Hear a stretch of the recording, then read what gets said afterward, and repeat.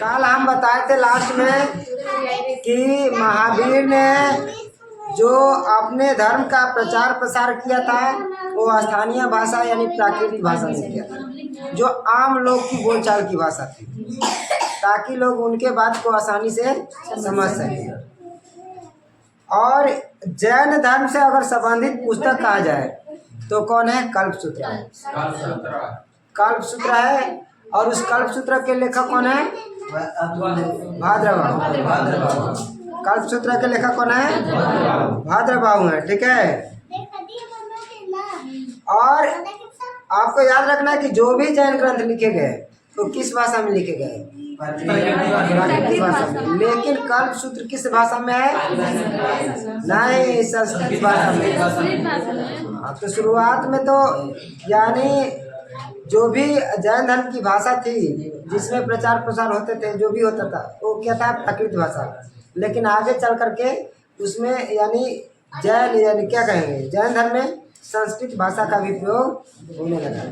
तो लिखिए इसमें यानी कल्पसूत्र। कल्पसूत्र देखिए, कल्पसूत्र संस्कृत भाषा में, संस्कृत भाषा में, ठीक है, संस्कृत भाषा में किसके द्वारा? हाँ,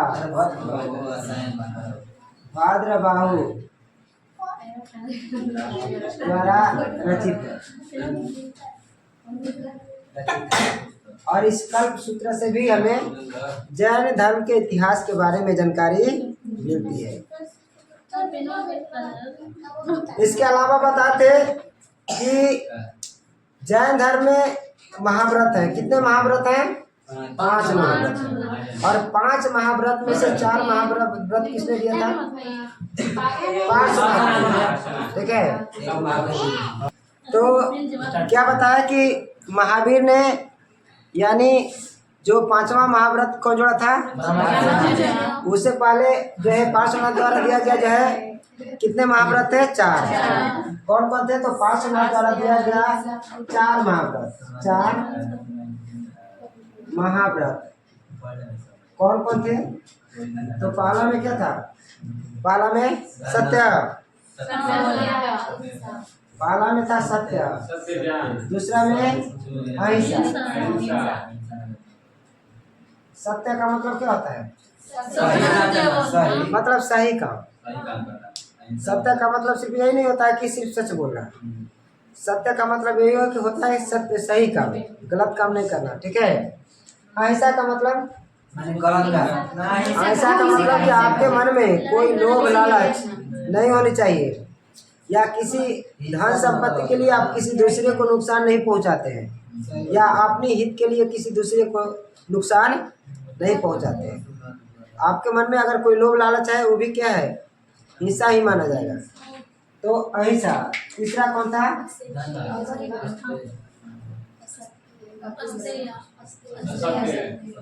अस्तेय मतलब चोरी वोरी नहीं करना। लोभ अलग चीज है, चोरी अलग चीज है ना। तो अस्तेय मतलब चोरी नहीं करना, ये भी क्या है? हाँ, इसको भी गलत माना गया है। और चौथा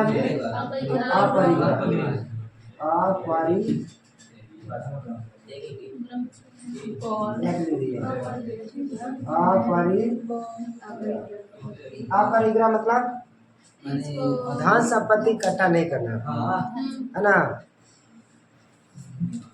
जब महावीर आए तो उन्होंने 5वां महाव्रत दिया। ठीक है। महावीर स्वामी द्वारा जोड़ा गया 5वां महाव्रत कौन है? 5वां महाव्रत कौन था? ब्रह्मचर्य। क्या था? ब्रह्मचर्य था।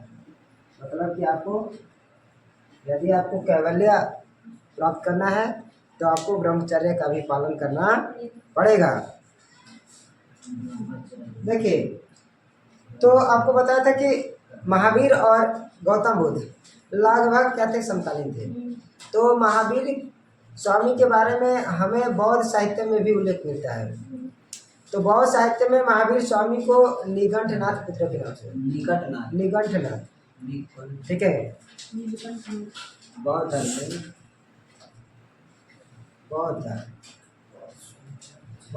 में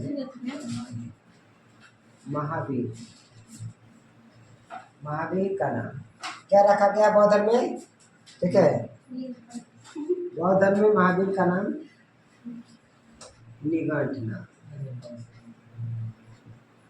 निघंटनाथ पुत्र, ठीक है। निघंटनाथ पुत्र अलग अलग है, निघंटनाथ पुत्र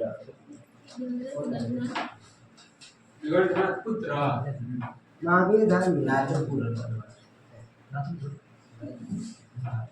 जो बौद्ध धर्म में बौद्ध ग्रंथ यानी बौद्ध ग्रंथ में महावीर का नाम निघंटनाथ पुत्र है ना।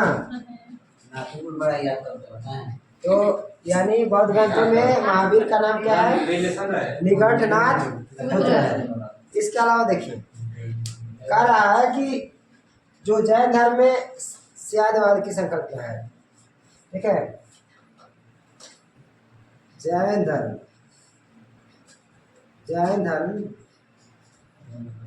के स्यादवाद या उसको अनेकांतवाद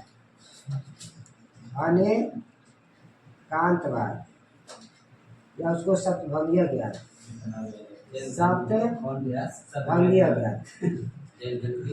सप्तभंगीय ज्ञान को क्या कहा गया है, सापेक्षता का सिद्धांत। जैन धर्म में जो है स्यादवाद, अनेकांतवाद या सप्तभंगीय ज्ञान है, उसको क्या कहा गया है,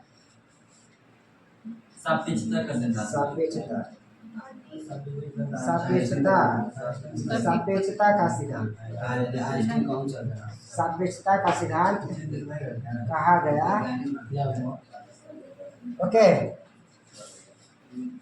ऊपर वाला बेटा दे।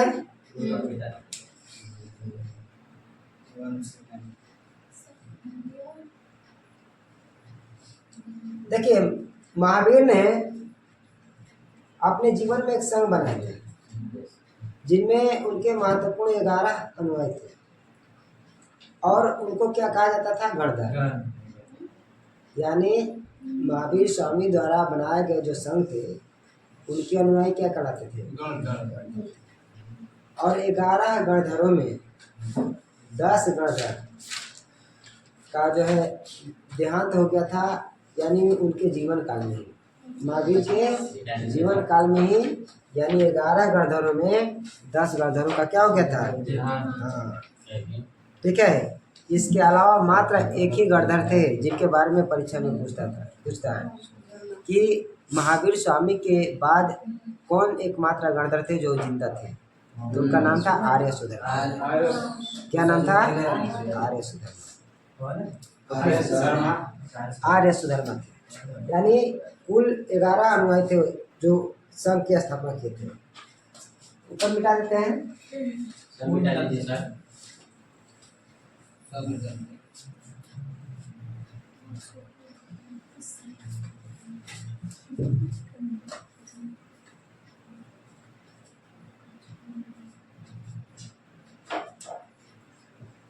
महावीर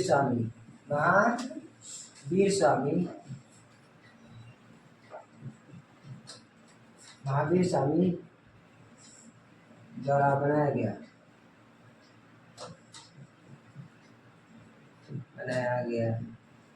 संघ में 11 अनुयायी थे, 11 अनुयायी,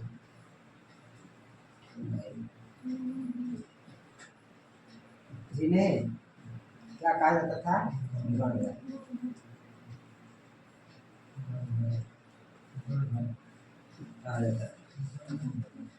ओके, तो कितने ऐसे गणधर थे जो, मतलब कि गौतम बुद्ध के समय में ही जिनका देहांत हो गया, 10 गणधर, ठीक है। यानी 11 गणधरों में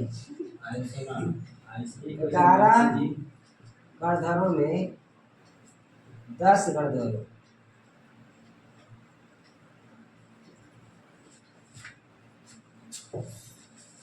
की मृत्यु, ठीक है।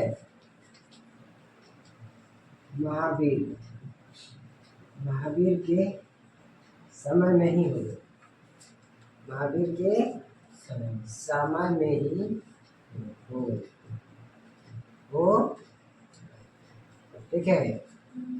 महावीर स्वामी के बाद एकमात्र गणधर जिंदा बचे थे जिनका नाम था आर्य सुधर्मा।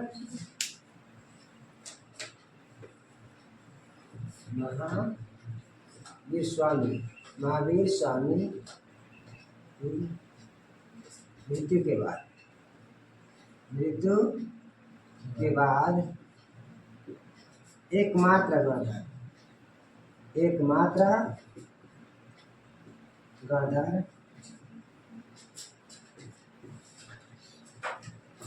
एकमात्र गणधर आर्य सुधर्मा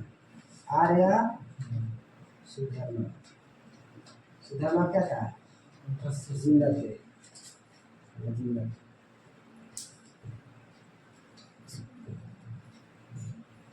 ओके, कुल 11 में 10 लोग पहले ही, यानी महावीर स्वामी के समय ही उनका निधन हो गया। आगे देखिए जो जैन धर्म है ये किसमें विश्वास करते हैं? तो ये पूर्व जन्म और जैन धर्म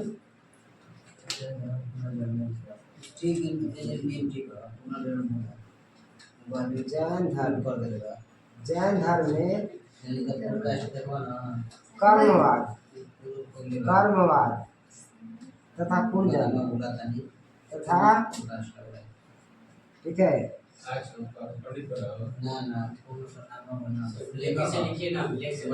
पुनर्जन्म की, ठीक है, मान्यता है।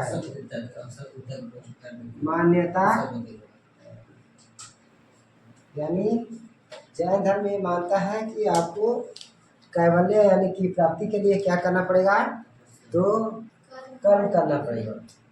अगर कर्म सही नहीं करेंगे तो आपको कैवल्य की प्राप्ति नहीं होगी, और फिर उसके लिए दोबारा आपको जन्म लेना पड़ेगा और फिर उतना कष्ट झेलना पड़ेगा। इसलिए आपको क्या है कि जो महावीर स्वामी बताए हैं या जो उसमें 5 महाव्रत हैं उनका पालन करके आप कैवल्य को प्राप्त करके इस पूर्ण जन्म से मुक्ति पा सकते हैं। क्योंकि दुनिया में अगर सबसे कष्ट और दुख का कारण है तो क्या है? जन्म है। क्या है? आगे देखिए, ब्लैक से चल नहीं रहा है बढ़िया से। इसके अलावा देखिए जैन धर्म में आत्मा की मान्यता है। क्या बताया? बौद्ध धर्म में है कि नहीं है? जैन धर्म में आत्मा की मान्यता है। जैन धर्म में आत्मा की मान्यता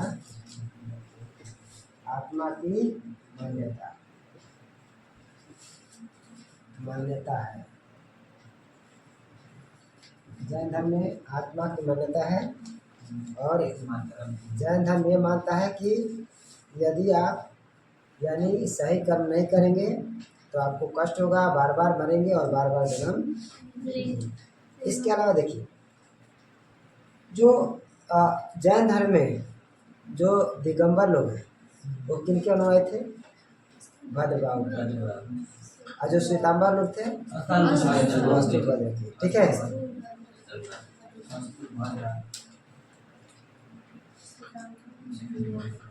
यानी भद्रबाहु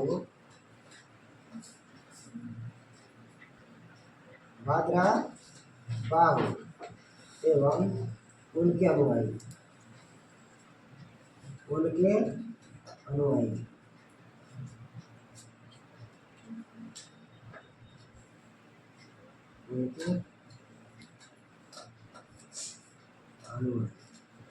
क्या कहलाते थे? दिगंबर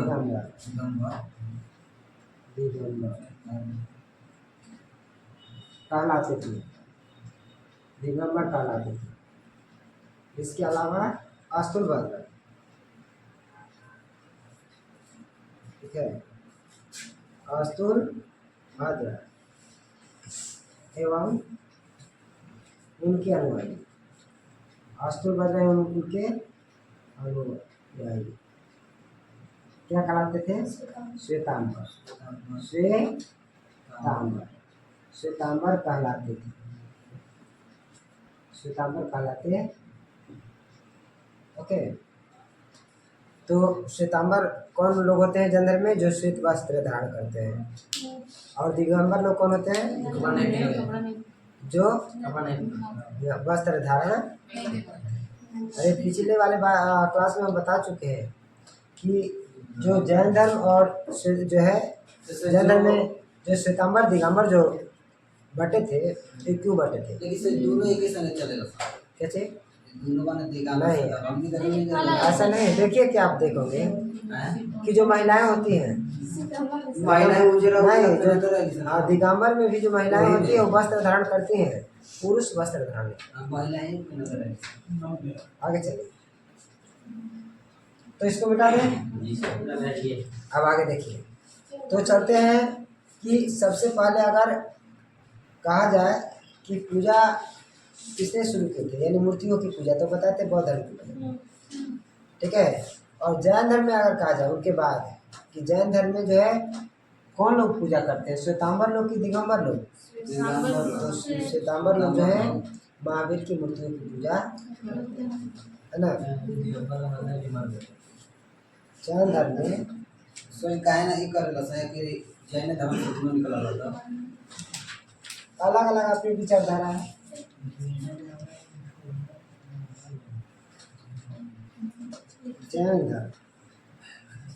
जैन धर्म में श्वेतांबर,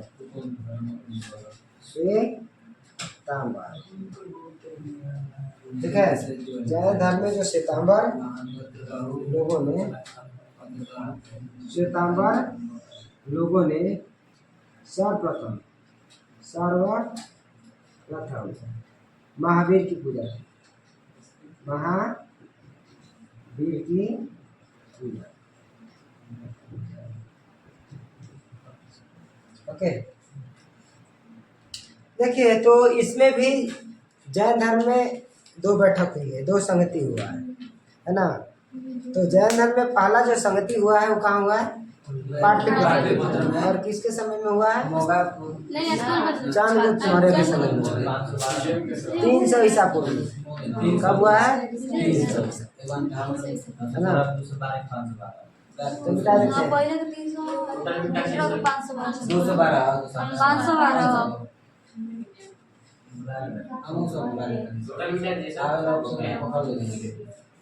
तो यहाँ पर लिख देते हैं जैन संगति, लिख देते हैं जैन संगति, ठीक है। ये है समय, कौन है? दो ही हुआ है समय। अध्यक्ष लिख देते हैं अध्यक्ष, ओके ना। और यहाँ पर लिखते हैं शासक, एक शासक लिखेंगे। तो पहला कब हुआ है? पहला जो हुआ है 300 BC। कब हुआ है? 300 BC, ठीक है। और इसके अध्यक्ष कौन थे? तो अस्तुलभद्र कौन थे? अस्तुलभद्र। आपको बताए थे ना कि जो भद्रबाहु जो है जब भयंकर अकाल पड़ा था मगध इलाका में, तो कहाँ चले गए थे?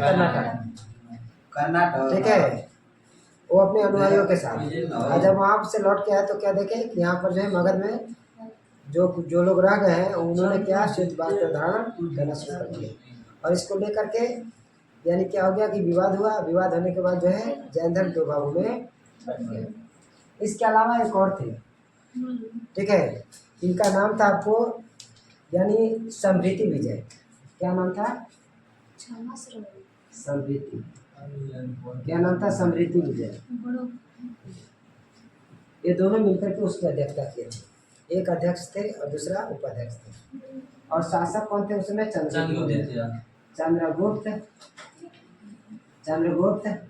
मौर्य का शासन। मौर्य। ओके, ये सब वही ना था। अब चलते हैं दूसरा, देखिए दूसरा कहाँ वो कब हुआ था। तो आपको मालूम होगा कि दूसरा कब हुआ था 512। ठीक है, कब हुआ था 512 BC में हुआ था। ओके, और ये कहाँ हुआ था, किसकी अध्यक्षता में। देवर्षि क्षमा, देवर्षि क्षमा शर्मा। ठीक है, देवर्षि क्षमा शर्मा पूरा नाम है। देवर्षि चल रहा है, देवर्षि देवर्षि क्षमा शर्मा, देवर्षि क्षमा। ठीक है, तो ये तो कहाँ हुआ था आपको मालूम है, गुजरात में। ठीक है, इसमें नहीं लिखते हैं, ये जरूर लिख देते हैं कि पहला जो हुआ था पटना में, पहला कहाँ हुआ था पटना में, और दूसरा कहाँ हुआ था वल्लभी, वल्लभी गुजरात, वल्लभी। ओके, आगे देखिए। हाँ? तो आपसे पूछेगा कि जैन धर्म 2 शाखाओं में बंट गया था, श्वेतांबर और दिगंबर, कौन से जन संगति में। प्रथम जन संगति। ठीक है, प्रथम जन संगति में ही, यानी बौद्ध धर्म के सिद्धांतों को लेकर के क्या हो गया, अस्तुलभद्र और भद्रबाहु के बीच विवाद हुआ। हाँ बोलिए। तो उसमें शासक कौन था। तो ये हुआ था गुजरात में, हम मगध की बात करें। तो 512 अगर BC है, तो BC नहीं है, 512 ईस्वी है, 512 ईस्वी है, BC लिख दिए हैं। तो 512 AD लिखिए। तो उस समय कौन शासक थे आप देख लीजिएगा, लगभग उस समय हमको लगता है गुप्त वंश का शासन था मगध पर, है ना। तो पटना है ना, कहीं मतलब कि जगह जगह उसमें नहीं दिए थे।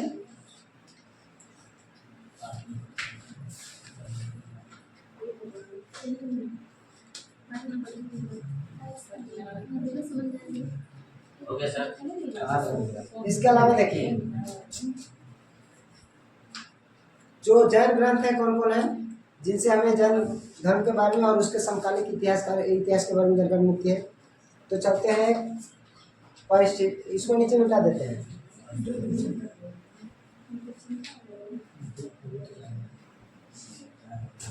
तो क्या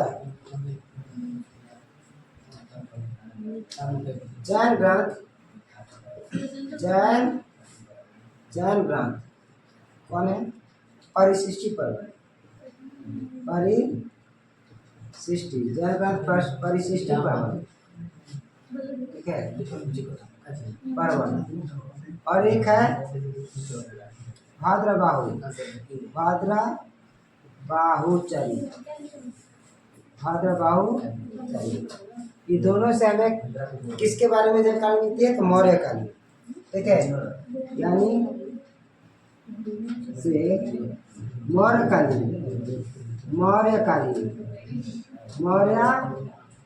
कालीन इतिहास की जानकारी मिलती है, इतिहास की जानकारी मिलती है, इतिहास की जानकारी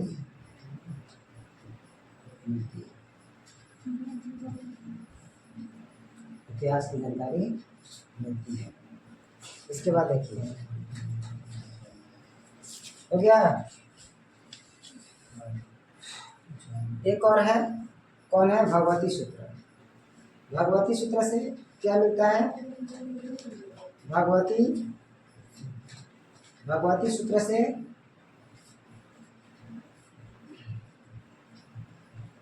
महावीर एवं उनके समकाली उनके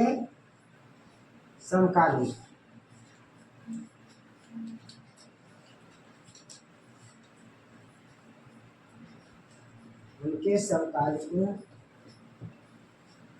के इतिहास की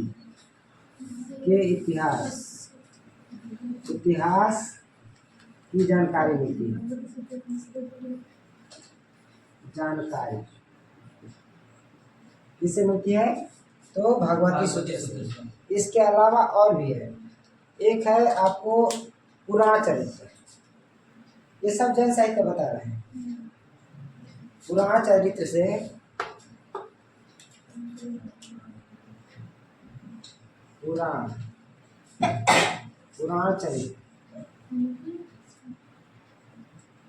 पुराण चरित्र से कब से कम, तो 6 ईसा पूर्व से लेके, कब से 6 ईसा पूर्व, 6ठी शताब्दी लिखे, 6ठी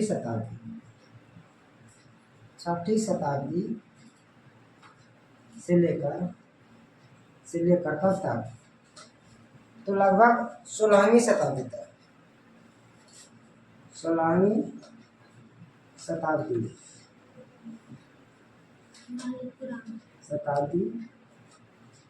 तक के इतिहास की जानकारी मिलती है, तक के इतिहास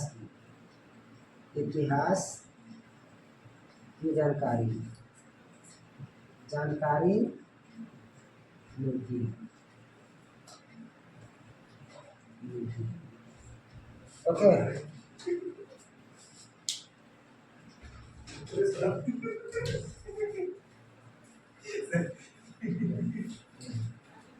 देखिए और एक बता देते हैं बिहार से संबंधित कि बौद्ध धर्म, जैन धर्म और अशोक द्वारा दिए गए जो शांति और अहिंसा के संदेश, ठीक है, इसके रूप में यानी लगभग आपको बता रहे हैं कि 2018 में पटना के जो गंगा नदी के तट है वहाँ पर सभ्यता द्वार का निर्माण, तो आपसे पूछ सकता है परीक्षा में कि सभ्यता द्वार कहाँ है, सभ्यता द्वार कहाँ है, तो कहाँ है, पटना में, है ना, जिसका स्थापना कब हुआ था, 2018 में। क्यों हुआ था, तो जो जैन धर्म, बौद्ध धर्म और अशोक द्वारा विश्व को जो शांति का संदेश और अहिंसा का संदेश दिया गया था, उसके यादगार में किया गया, ठीक है। तो ये था, तो आगे थोड़ा चलेंगे, दोनों में समानता असमानता देख रहे हैं, कौन कौन, बौद्ध और बौद्ध करें, यानी श्वेतांबर और दिगंबर। ओके बेटा, दे नीचे वाला ना, ऊपर वाले में डालिए, ये कल देख लेंगे, कल देख लेंगे, हाँ सर, ठीक है। यानी आपको श्वेतांबर दिगंबर में समानता क्या है और जैन धर्म और बौद्ध धर्म में अंतर क्या है, ओके, इसको कल देख लेंगे।